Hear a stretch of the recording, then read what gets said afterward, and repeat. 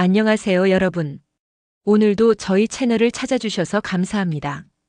오늘 들려드릴 이야기는 한 시어머니의 고백입니다. 20해 동안 서로를 오해했던 시어머니와 며느리가 어떻게 진짜 가족이 되어가는지 그 따뜻한 여정을 함께 나누고자 해요. 혹시 비슷한 경험이 있으시다면 댓글로 여러분의 이야기도 들려주세요. 구독과 좋아요는 여러분이 주시는 사랑입니다. 그럼 시작하겠습니다. 아침 6시에 끓인 미역국이 미지근해져도 저는 식탁에 혼자 앉아 있었어요.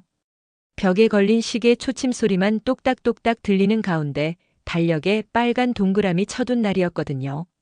며느리와 손주가 들르기로 한 날이었죠. 1년에 12번, 한 달에 한 번씩 정해진 만남이었어요. 그것도 2시간을 넘지 않는 짧은 만남 말이에요. 미역국 옆에 놓인 반찬들을 다시 한번 살펴봤어요. 며느리가 좋아한다던 콩나물 무침, 손주가 맛있다고 했던 계란말이, 아들이 어릴 때 즐겨 먹던 김치찌개까지 모든 게 정성이었는데 왜 우리 사이엔 늘 어색함만 흘렀을까요? 벨이 울리고 현관이 열렸어요. 할머니. 손주는 먼저 달려와 제 품에 안겼어요. 작은 몸에서 나는 비누 냄새가 참 좋았죠. 며느리는 늘 그렇듯 현관에서 신발을 가지런히 놓고 점잖게 고개만 숙였어요. 어머니, 안녕하세요. 정중하지만 거리가 있는 인사였죠. 반가움보다 긴장이 먼저 올라왔어요. 가슴 한편이 조이면서 어깨에 힘이 들어갔죠. 20해 동안 우리 사이는 늘 이랬거든요. 제가 한마디 보태면 며느리는 다치고 며느리가 설명하면 저는 마음이 콱 막혔어요. 서로 다른 언어를 쓰는 사람들 같았죠.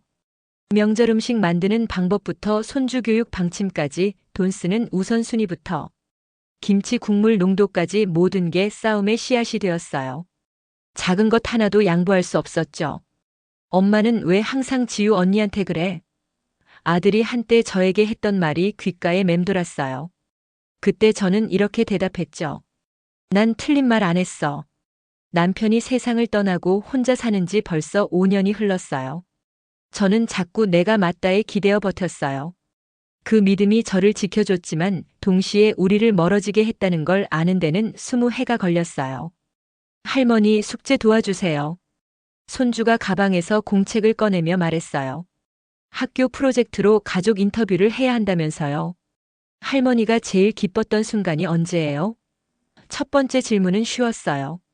손주가 태어났을 때라고 대답했죠. 할머니가 제일 속상했던 순간은요? 남편이 세상을 떠났을 때라고 했어요.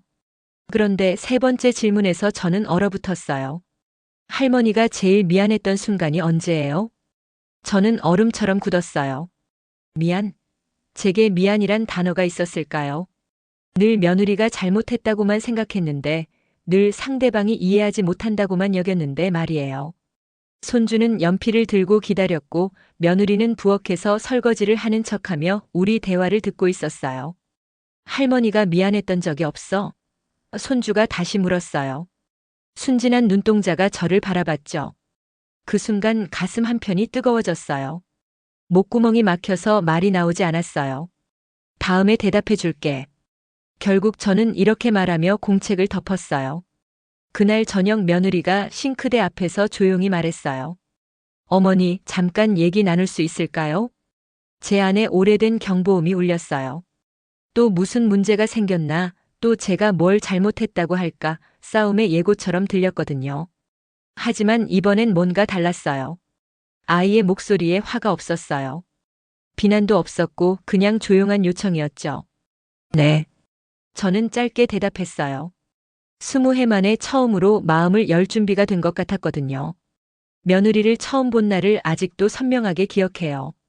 23년 전 가을, 단풍이 절정이던 어느 토요일 오후였죠. 작은 카페에서 아들의 손을 꼭 잡고 들어오던 25살 아이를 보는 순간이었어요. 그때 아들은 28이었어요. 회사 다닌 지 3년째, 이제 좀 안정됐다며 엄마. 소개하고 싶은 사람이 있어라고 말하던 아들의 얼굴이 환했죠. 카페 문을 열고 들어서는 아이를 보는 순간 제 마음 한구석에서 경계심이 고개를 들었어요. 제 눈엔 너무 가벼워 보였거든요. 파마를 살짝 한 단발머리에 화사한 색 립스틱, 무릎 위로 올라오는 치마와 발목까지 오는 부츠까지 우리 집 며느리 감은 아니다라는 생각이 먼저 들었어요. 어머니, 안녕하세요. 인사말은 예뻤지만 말끝이 가벼웠어요. 목소리도 높고 톤도 밝았죠. 어디서 일하세요? 회사에서 뭘 담당하시나요? 집은 어디세요? 제 질문은 점점 날카로워졌고 아이는 단답으로만 대답했어요. 마케팅 쪽이요. 성동구요. 네, 맞아요. 뭔가 성의가 없어 보였고 진지함이 부족해 보였어요. 우리 아들에게는 아깝다는 생각이 들었죠. 집안 분위기는 어떠세요? 부모님은 뭘 하시나요? 제가 더 깊이 파고들자 아이의 얼굴이 조금씩 굳어갔어요. 아들이 중간에서 말을 끊었죠. 엄마, 너무 신문하지 마. 하지만 저는 멈출 수 없었어요. 우리 집 며느리가 될 사람인데 이 정도는 알아야 하지 않을까요? 우리 집은 전통을 중시하거든요. 저는 단호하게 말했어요. 시댁을 우선으로 생각해야 하고 우리 집에 들어오면 우리 방식에 맞춰야 해요. 그 순간 아이의 얼굴이 서늘해졌어요. 밝던 눈빛이 한순간에 식었고 입술이 굳게 다물어졌죠. 아들이 당황한 목소리로 말했어요. 엄마, 그게 무슨 말이야? 지우는 좋은 사람이야. 좋은 사람인 건 나도 안다. 저는 침착하게 대답했어요. 하지만 좋은 사람과 우리 집 며느리는 다른 거야. 그날 카페에서 나온 후 아들은 저에게 화를 냈어요. 엄마는 왜 그래? 지우가 뭘 잘못했다고? 저는 고집스럽게 말했죠. 난 틀린 말 안 했어. 시댁을 우선하는 게 당연한 거 아니야? 그때부터였어요. 명절에 전 부치는 모습을 보며 한숨 쉬는 소리, 옛날엔 안 그랬는데 하는 재중얼거림, 요즘 며느리들은 참아는 작은 비교, 그 모든 것들이 흉기로 변했어요. 결혼 첫 해 추석이 되자 며느리가 조심스럽게 말했어요. 어머니, 친정엄마가 수술을 하셔서 추석 다음 날 잠깐 다녀와도 될까요? 저는 단칼에 잘랐어요. 며느리는 시댁 명절 먼저가 예의지. 그게 우리 집 법도야. 친정은 나중에 가는 거고.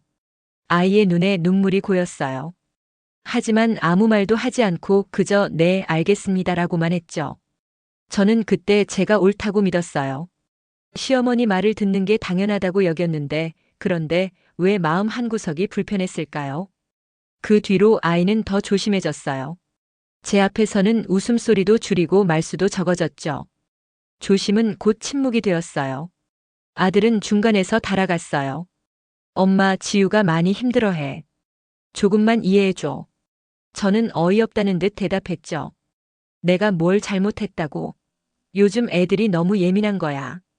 그때 누구 하나 인정했다면, 서로 다르다는 걸 받아들였다면, 다름이 틀림이 아니다라고 생각했다면 달라졌을까요?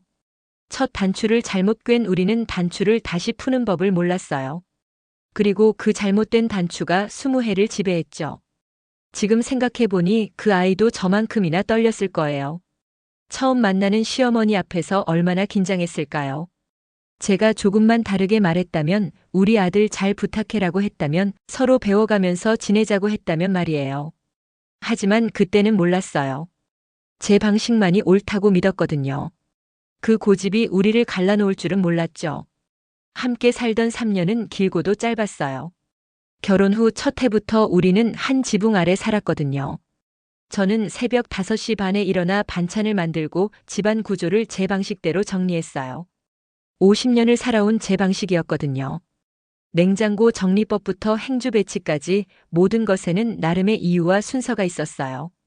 며느리는 회사에서 늦게 돌아와 조용히 다시 옮겨 놓았어요. 냄비 손잡이 방향을 반대로 젓가락과 숟가락 위치를 바꿔놓고 세제 희석 비율도 다르게 만들었죠. 처음엔 그냥 넘어갔어요. 아직 우리 집 방식에 익숙하지 않겠거니, 시간이 지나면 배우겠거니 생각했거든요. 하지만 한 달이 지나고 2달이 지나도 아이는 계속 자기 방식을 고집했어요.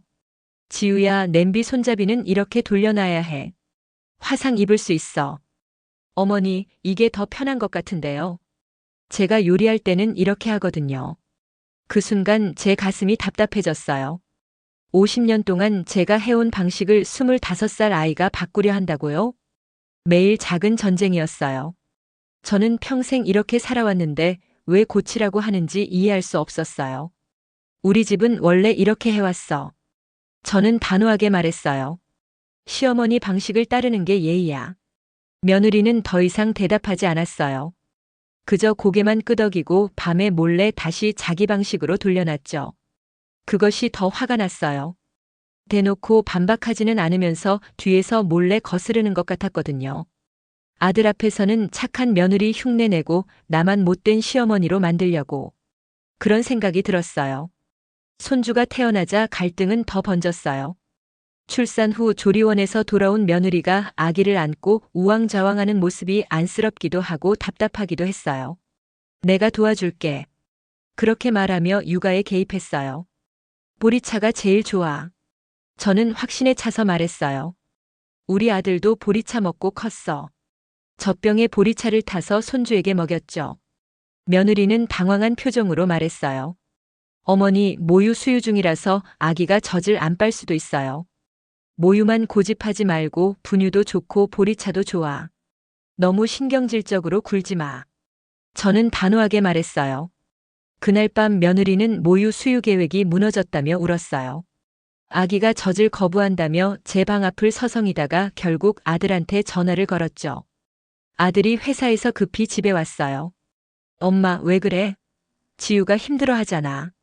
내가 뭘 잘못했다고. 손주 걱정돼서 도와준 건데. 도움이 아니라 간섭이야. 지우한테 맡겨줘. 그 말이 가슴에 박혔어요. 간섭이라니 제가 간섭을 했다고요? 그 뒤로도 크고 작은 일들이 계속됐어요. 밤새 우는 아기를 안고 있던 며느리에게 저는 무심코 내뱉었어요. 요령이 없어서 그래. 아기 달래는 것도 서툴러. 그 순간 며느리의 어깨가 한 번 툭 꺾였어요. 그 표정이 자꾸 떠올랐어요. 상처받은 사람의 표정이었거든요. 하지만 그때는 미안하다는 말을 할 수 없었어요. 제가 틀렸다는 걸 인정하는 건 제 모든 것을 부정하는 것 같았거든요. 저희 집을 얻어서 나가려고 해요. 결국 며느리가 아들에게 말했어요. 분가를 하겠다고 더 이상 함께 살 수 없다고 말이에요. 저는 배신감에 떨었어요. 가족이 되자며 들어왔으면서 이제 와서 나가겠다고요? 제가 그렇게 못된 시어머니였나요? 엄마가 너무 간섭해서 못 살겠대. 조금만 거리를 두고 살자. 아들이 제게 전했어요. 아이는 지쳐서 눈물도 말랐어요. 매일 눈치 보며 사는 게 얼마나 힘들었을까요? 하지만 그때도 저는 이해하지 못했어요. 왜 제 호의를 간섭이라고 하는지, 왜 제 경험을 무시하는지 말이에요. 헤어지는 날이 왔어요. 이사차가 와서 짐을 실어갔고 부엌 서랍에 며느리가 작은 쪽지를 두고 갔어요. 고맙고 죄송합니다. 저는 고맙다는 말만 읽었어요. 죄송하다는 말은 못 본 척했죠. 그래야 마음이 편했거든요. 그 아이가 왜 죄송하다고 했을까요? 그 아이가 뭘 미안해했을까요? 그때는 몰랐어요. 이제는 알아요. 그 아이가 미안해한 건 저와 함께 살지 못해서였어요. 제 마음을 헤아리지 못해서였죠. 반대로 제가 미안해해야 할 것은 그 아이의 마음을 헤아리지 못한 것이었어요. 그 아이의 방식을 인정하지 못한 것이었죠. 3년 동안 우리는 서로를 이해하려 하지 않았어요. 저는 제 방식만 옳다고 고집했고 아이는 점점 더 움츠러들었어요. 그렇게 우리는 헤어졌어요. 서로에게 상처만 남긴 채 말이에요. 손주가 초등학교에 들어가며 왕래는 확연히 줄었어요. 분가한 지 벌써 10년이 넘었거든요. 며느리는 회사로 복직했고 저는 혼자 남은 집에서 시간을 보냈어요. 처음엔 한 달에 2번 정도 보았는데 그러다 한 달에 1번으로 줄었고 요즘엔 2달에 1번 보기도 어려웠어요. 전화 통화도 마찬가지였어요.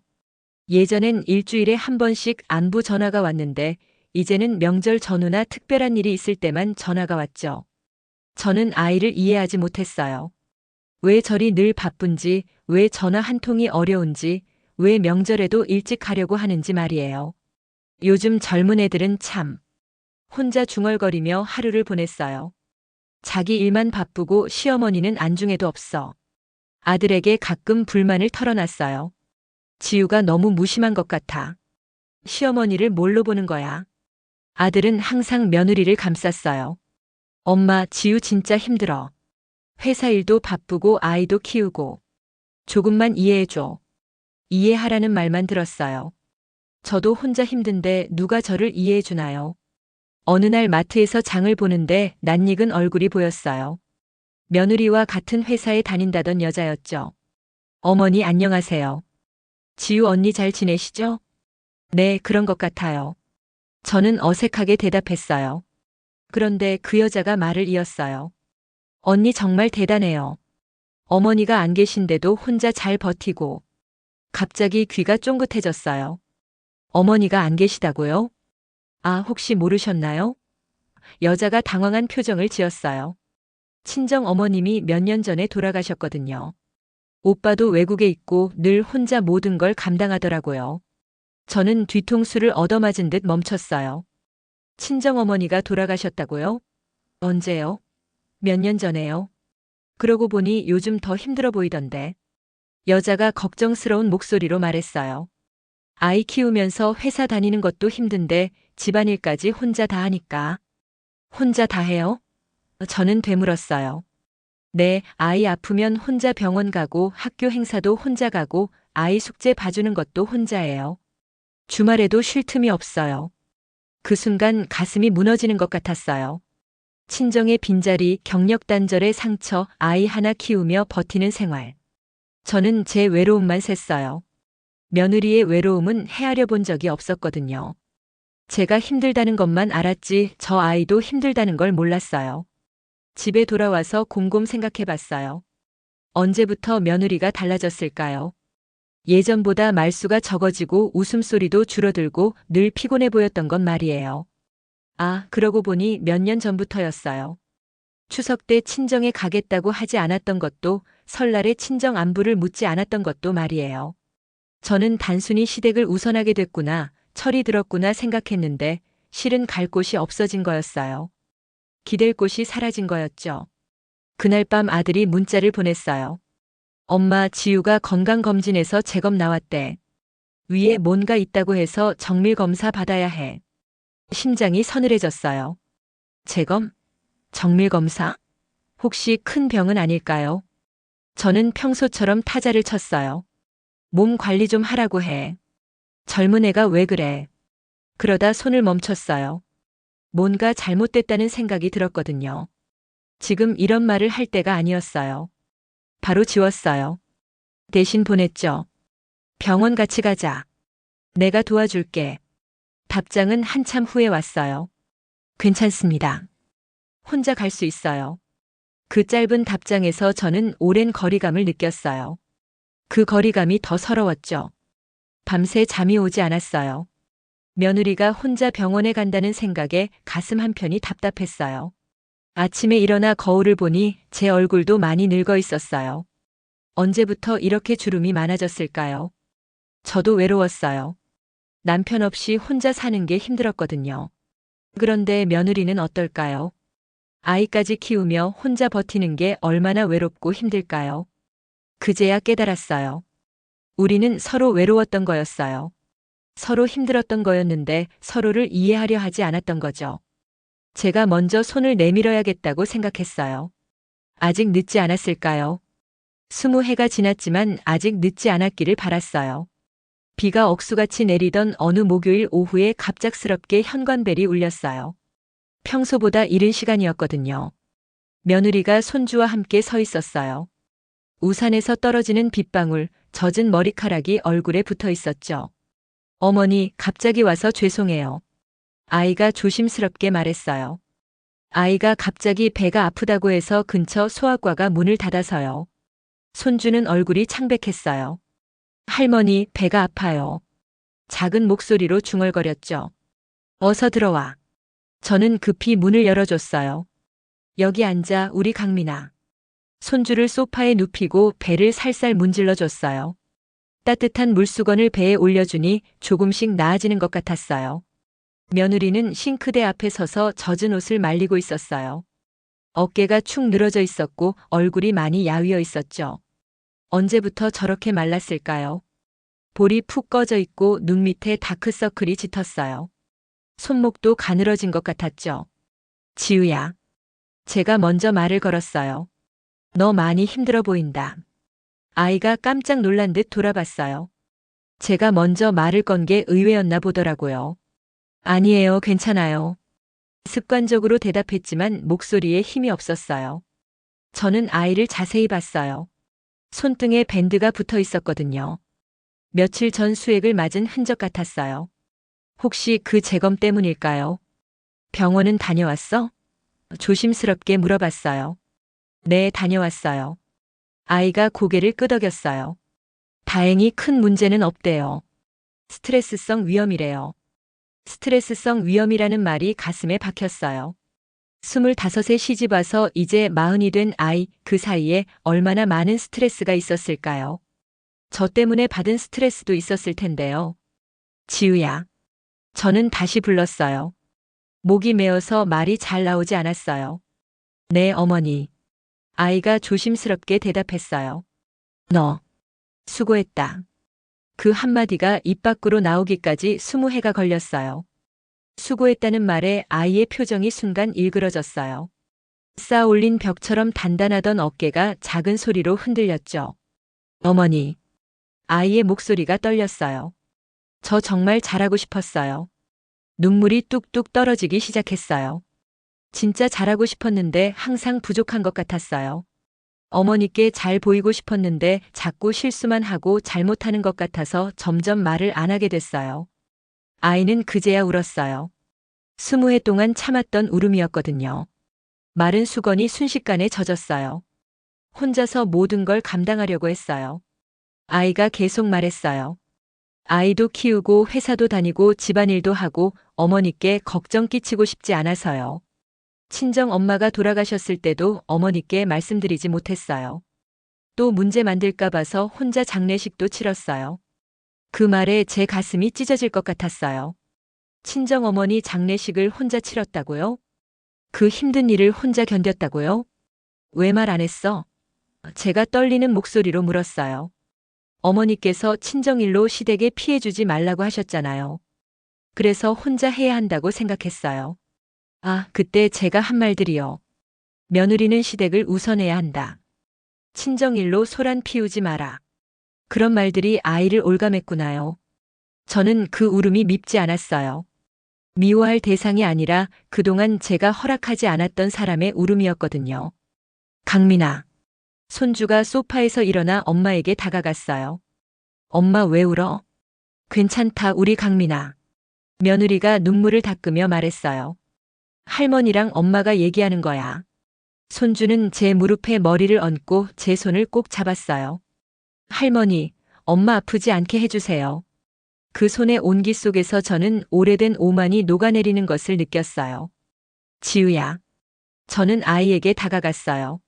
내가 미안하다. 어머니. 아니에요, 제가 부족해서. 아니야. 저는 단호하게 말했어요. 내가 너를 힘들게 했어. 내가 너의 마음을 몰라줬어. 그제야 깨달았어요. 제가 지키려 했던 것들이 실은 우리를 가르고 있었다는 걸, 제가 옳다고 믿었던 것들이 아이에게는 상처였다는 걸 말이에요. 이제부터는 달라질 거야. 저는 약속했어요. 너의 방식도 존중할게. 우리 다시 시작하자. 그날 오후 우리는 오랫동안 이야기했어요. 빗소리를 배경으로 20해 동안 쌓인 오해들을 풀어갔죠. 해가 질 무렵 비가 그쳤어요. 창문 너머로 무지개가 보였어요. 할머니, 무지개. 손주가 신나게 외쳤어요. 우리도 무지개를 보았어요. 새로운 시작의 징조 같았어요. 며느리가 돌아가고 난 뒤 저는 혼자 남은 집에서 긴 여운에 잠겼어요. 오늘 아이가 흘린 눈물이 자꾸 떠올랐거든요. 그 울음 속에 담긴 20해의 무게가 말이에요. 다음 날 아침 일찍 청소를 하다가 식탁 위에 작은 봉투를 발견했어요. 어머니께. 며느리의 깔끔한 글씨였죠. 어제 떠날 때 몰래 두고 간 것 같았어요. 봉투를 조심스럽게 열어봤더니 안에는 여러 장의 편지가 들어있었어요. 첫 번째 편지는 누렇게 바랜 종이었어요. 결혼 첫 해에 쓴 것 같았는데 날짜를 보니 그해 추석 전이었어요. 어머니께 드리는 글. 친정 엄마가 수술을 받게 되었습니다. 의사 선생님이 가족이 함께 있어주면 좋겠다고 하셨어요. 추석 다음 날 하루만 다녀와도 될까요?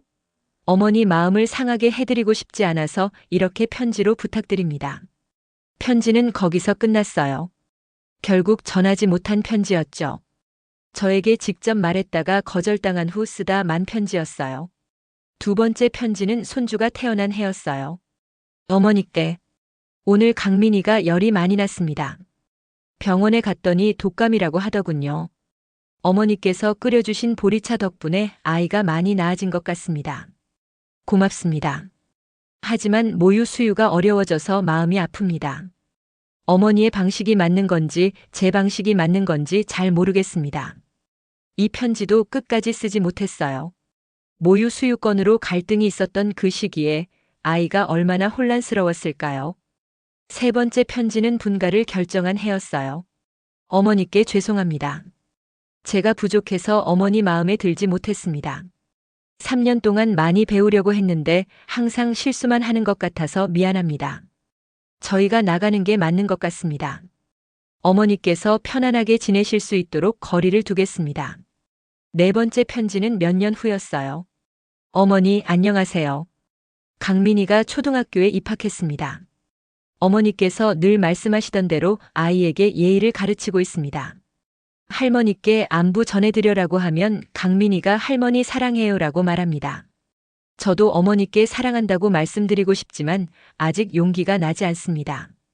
다섯 번째 편지는 비교적 최근 것이었어요.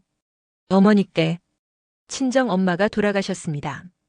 갑작스러운 심장마비였습니다. 장례식장에서 혼자 절차를 밟으며 어머니가 그리웠습니다. 이런 일이 있을 때 의지할 수 있는 어른이 어머니뿐이라는 걸 깨달았습니다. 하지만 그동안 제가 어머니를 힘들게 해서 말씀드릴 용기가 나지 않았습니다. 죄송합니다. 마지막 편지는 며칠 전에 쓴 것 같았어요. 어머니께 건강검진에서 재검 판정을 받았습니다. 스트레스성 위염이라고 하네요. 어머니께서 늘 몸조리 잘하라고 하셨는데 제가 관리를 못했습니다. 요즘 강민이가 자주 묻습니다. 엄마는 왜 할머니를 안 만나러 가? 저도 어머니를 뵙고 싶습니다. 하지만 어떤 얼굴로 찾아가야 할지 모르겠습니다. 편지들은 모두 쓰다가 만 것들이었어요. 어머니께 잘 보이고 싶었습니다. 그런데 자꾸 실패했습니다. 그래서 더 조용해졌습니다. 죄송합니다. 글씨는 울렁거리고 잉크는 번져 있었어요. 어떤 편지는 눈물 자국이 선명했고 어떤 편지는 찢어졌다가 테이프로 붙인 흔적이 있었어요. 저는 그 편지들을 부엌 의자에 앉아 밤새도록 한 장씩 읽었어요. 하나하나 읽을 때마다 제 가슴이 미어졌어요. 이 아이가 이렇게 애썼구나. 이 아이가 이렇게 외로웠구나. 이 아이가 이렇게 미안해했구나. 20해 동안 저는 무엇을 했을까요? 아이의 마음을 읽으려 하지 않고 제 방식만 고집했구나요. 새벽 4시가 되어서야 마지막 편지를 다 읽었어요. 가슴이 터질 것 같았어요. 이 모든 편지를 받았다면 우리 사이가 달라졌을 텐데요. 그리고 다음 날 이른 아침 저는 며느리의 집 앞에 서 있었어요. 손에는 며느리가 남긴 편지들이 들려 있었죠. 초인종을 누르니 며느리가 놀란 표정으로 문을 열었어요. 어머니, 이렇게 일찍 내 편지 다 읽었다. 저는 떨리는 목소리로 말했어요. 내가 틀렸다. 어머니. 아이의 눈에 다시 눈물이 고였어요. 이제부터는 내 마음을 들을게. 저는 아이의 손을 잡았어요. 내가 하고 싶었던 모든 말을 해줘. 스스로를 내려놓는 일이 이렇게 어려운지 또 이렇게 쉬운지도 그때 알았어요. 편지 속에서 저는 진짜 며느리를 만났어요. 그동안 제가 보지 못했던 상처받고 외로웠던 하지만 끝까지 가족이고 싶었던 그 아이를 만났어요. 그날 이후 우리는 조심스럽게 새로운 관계를 시작했어요. 일주일에 한 번씩 만나기로 약속했거든요. 처음엔 카페에서 차 한 잔 마시는 것부터 점점 집에서 함께 시간을 보내게 되었어요. 어느 토요일 오후에 며느리가 장을 봐와서 함께 저녁을 만들자고 했어요. 어머니, 오늘은 제가 요리해 볼게요. 어머니가 좋아하시는 걸로 만들어 드릴게요. 저는 깜짝 놀랐어요. 그동안 제가 해주기만 했는데 아이가 저를 위해 요리를 한다고요? 부엌으로 들어가니 며느리가 이미 앞치마를 두르고 있었어요. 어머니는 앉아 계세요. 오늘은 제가 할게요. 하지만 저는 가만히 있을 수 없었어요. 내가 도와줄게. 자연스럽게 며느리 옆에 섰죠. 우리는 부엌에서 화해를 시작했어요. 며느리가 김치를 자르면 저는 재빨리 접시를 내밀었어요. 어머니, 김치 크기가 이 정도로 괜찮을까요? 응, 좋다. 우리 집 스타일이야. 며느리가 웃으며 말했어요. 예전엔 이런 것도 걱정했어요. 어머니 마음에 안 들까봐. 나도 너무 까다로웠구나. 저는 솔직하게 말했어요. 이제는 내 방식도 배우고 싶어. 저는 된장찌개를 끓이고 아이는 두부를 썰었어요. 예전과 다른 점이 있다면 서로에게 묻고 답하며 했다는 거예요. 어머니, 된장찌개에 애호박 넣어도 될까요? 그럼 애호박 들어가면 더 시원해져. 두부는 어느 정도 크기로 썰까요? 내가 먹기 좋은 크기로 해. 말은 많지 않았지만 손놀림은 점점 자연스러워졌어요. 서로의 리듬을 맞춰가는 것 같았죠. 제가 50년 동안 집착하던 냄비 손잡이 방향, 이제는 상관없었어요. 중요한 건 같이 하는 손놀림의 박자였거든요. 아이가 팔을 썰다가 말했어요.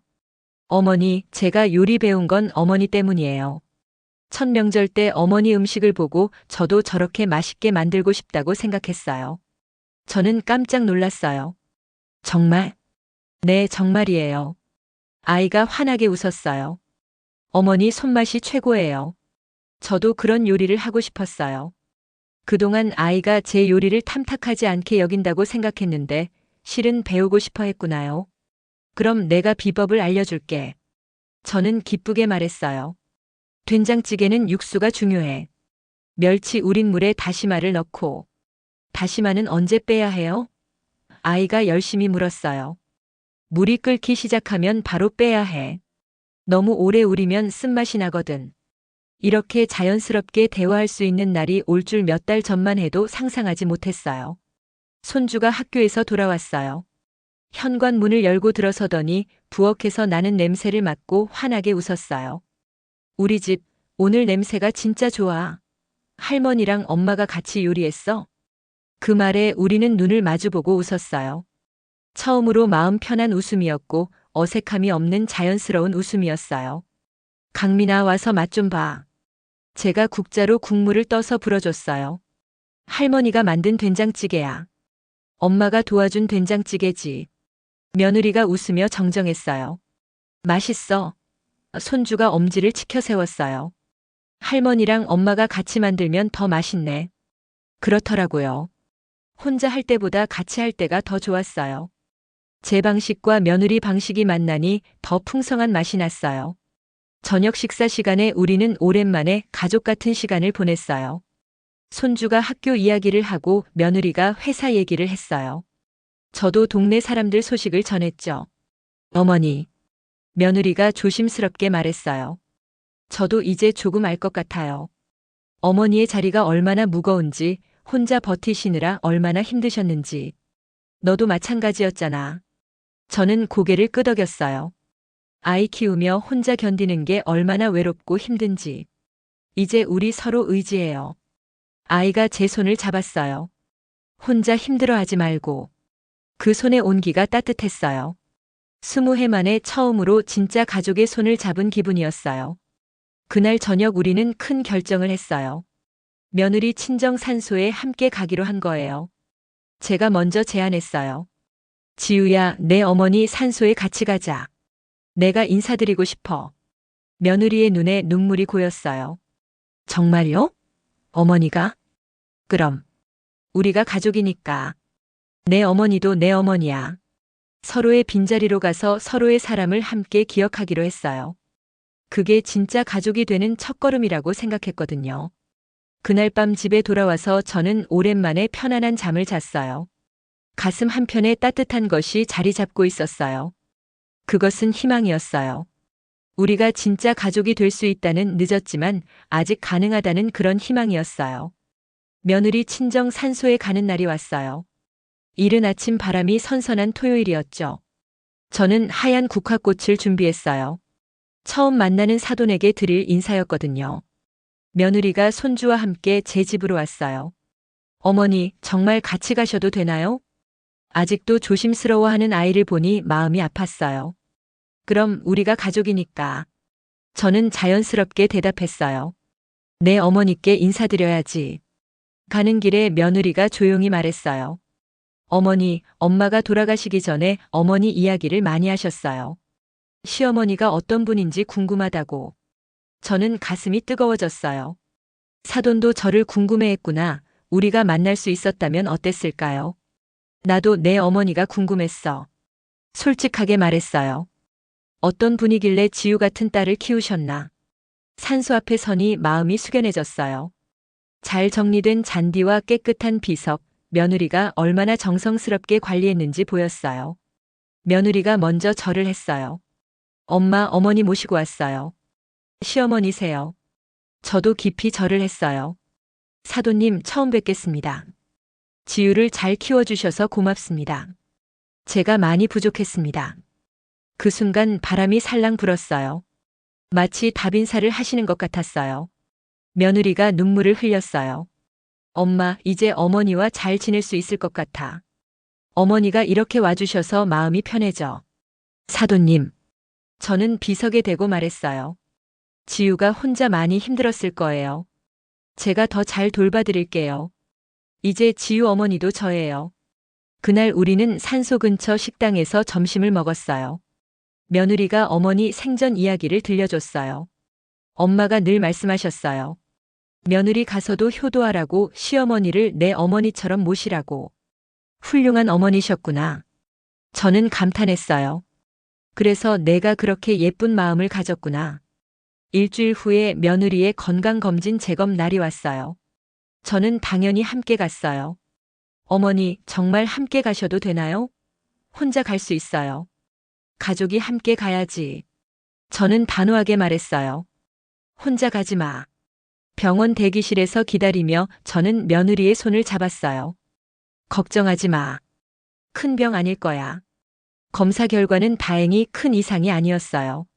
스트레스성 위염으로 확진됐지만 약 복용과 생활 관리로 충분히 나을 수 있다고 했어요. 병원 복도에서 며느리는 제 손을 꼭 잡고 말했어요. 어머니, 앞으로 저 좀 가르쳐 주세요. 저는 아직 많이 서툴러요. 저는 웃으며 답했어요. 나도 서툴렀다. 지금도 그렇다. 우리 천천히 배워가자. 시어머니 노릇도 처음이고 며느리 노릇도 처음이니까 서로 이해하면서 해보자. 집으로 돌아오는 길에 손주는 뒷좌석에서 졸았어요. 평화로운 오후였죠. 백미러 너머로 보이는 며느리의 얼굴은 오랜 밤을 지나 새벽을 맞은 사람 같았어요. 저도 마찬가지였어요. 20해의 긴 밤이 끝나고 새로운 아침이 시작된 기분이었거든요. 집 앞에 도착해서 아이가 제게 조심스럽게 속삭였어요. 어머니, 엄마라고 불러도 될까요? 저는 그 한마디를 듣기 위해 20해를 돌아왔어요. 목이 메어서 한참 말을 못했어요. 그럼 우리 딸, 이제 진짜 가족이다. 그날 밤 저는 달력에 빨간 동그라미를 지우고 새로 그렸어요. 월 1회 의무적 만남이 아니라 매주 함께 밥 먹는 날로 말이에요. 가족이 되는 법은 뜻밖의 단순했어요. 옳고 그름을 겨루던 말 한마디 대신 수고했다는 말 한마디를 고르는 것이었어요. 서로 다름을 인정하고 서로 상처를 어루만지고 서로를 향해 한 걸음씩 다가가는 것이었죠. 그 한마디가 20해를 무너뜨리고 우리 셋의 내일을 세웠어요. 세상에는 많은 가족의 모양이 있어요. 핏줄로 이어진 가족, 선택으로 만난 가족, 그리고 용서로 다시 시작하는 가족까지요. 저와 며느리는 마지막이었어요. 서로의 상처를 어루만지고 서로의 빈자리를 채우며 진짜 가족이 되어가는 중이에요. 요즘 며느리가 자주 전화를 걸어요. 엄마, 저녁 뭐 드실래요? 제가 반찬 만들어서 갖다 드릴게요. 저는 기쁘게 대답해요. 우리 딸이 만드는 건 뭐든 좋다. 그런데 너무 무리하지 마. 손주도 변했어요. 할머니, 오늘 학교에서 있었던 일 들어주세요. 엄마가 할머니 자랑 많이 해요. 이것이 제가 꿈꾸던 가족의 모습이에요. 완벽하지 않아도 서툴러도 서로를 향해 한 걸음씩 다가가는 그런 가족 말이에요. 20해의 거리는 하루의 다가감으로 좁혀졌어요. 그것이 우리가 배운 사랑의 또 다른 이름이었어요. 용서는 약한 사람이 하는 게 아니었어요. 용서는 가장 강한 사람이 할 수 있는 가장 용기 있는 선택이었어요. 이제 저는 알아요. 가족이란 피로 이어지는 것이 아니라 마음으로 이어지는 것이라는 걸 말이에요. 서로 다른 사람들이 서로를 이해하려 노력하고 서로를 사랑하기로 결심할 때 그때 진짜 가족이 탄생해요. 지금도 우리는 배워가고 있어요. 가족이 되는 법을, 사랑하는 법을, 용서하는 법을요. 그리고 그 배움은 우리 손주에게로 이어질 거예요. 더 나은 가족의 모습으로 말이에요. 여러분, 긴 이야기 끝까지 들어주셔서 정말 감사해요. 혹시 이 이야기가 여러분 마음에 작은 울림이라도 되었다면 좋아요 버튼 한번 눌러주세요. 그리고 댓글로 여러분의 가족 이야기도 들려주시면 정말 감사하겠어요. 가족이란 결국 서로를 이해하려는 마음에서 시작되는 것 같아요. 완벽하지 않아도 괜찮아요. 조금씩 천천히 다가가면 되거든요. 다음에도 마음 따뜻해지는 이야기로 찾아뵙겠어요. 구독과 알림 설정도 잊지 마세요. 여러분 모두 행복한 하루 보내세요.